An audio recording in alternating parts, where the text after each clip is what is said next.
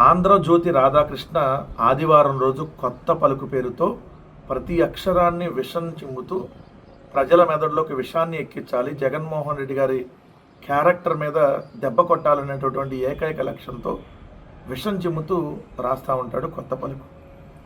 భయమే జగన్ పెట్టుబడి అని హెడ్డింగ్ పెట్టాడు.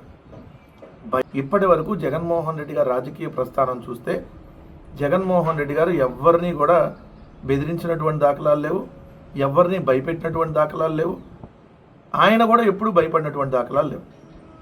నీతిగా నిజాయితీగా ఒక విలువలతో కూడినటువంటి రాజకీయాలు చేస్తూ వచ్చారు. విలువలు విశ్వసనీయత తన పెట్టుబడిగా రాజకీయాలు చేస్తూ వచ్చాడు.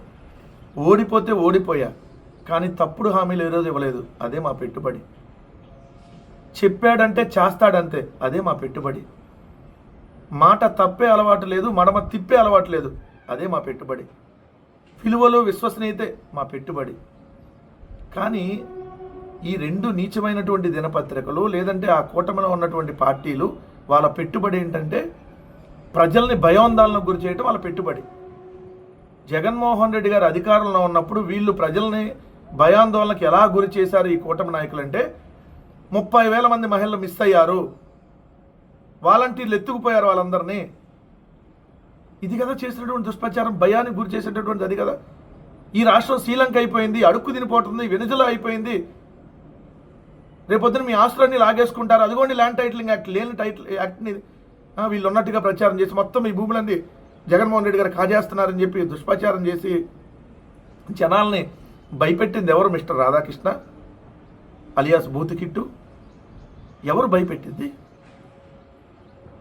జగన్మోహన్ రెడ్డి గారు ముఖ్యమంత్రిగా ఉన్నప్పుడు 5 సంవత్సరాల పాటు 2 ఏళ్ళు కోవిడ్ వచ్చినా కోవిడ్లో జగన్మోహన్ రెడ్డి గారు ప్రజల ప్రాణాలను కాపాడితే భయభ్రాంతులకు గురి చేసి ఆ టైంలో కూడా ప్రజలందరినీ హింసించేటట్టుగా వార్తలు రాసి, ఒక హింసరాజులాగా వార్తలు రాసి ఏదైతే రాక్షస ఆనందాన్ని పొందింది మీరు కదా.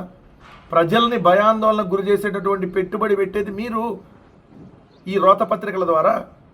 ఇక్కడ ఏం జరగకపోయినా జరిగిందని చెప్పి భ్రమలకు గురి చేయటం, ఆంధ్రప్రదేశ్ రాష్ట్రం జగన్మోహన్ రెడ్డి గారు అప్పుడు బాగుంటే బాగోలేదని రాయటం, ఇప్పుడు చండాలంగా ఉన్న చాలా బాగుందని రాయటం, మళ్ళీ జగన్మోహన్ రెడ్డి గారు వస్తే ఏదేదో అయిపోయిందని చెప్పి భయాందోళనకు గురి చేసేటట్టుగా వార్తలు రాయటం. ఆ పెట్టుబడి మీరు కదా పెడుతుంది, అది కదా రాయాల్సినటువంటి వార్త మిస్టర్ బూత్ కృష్ణ.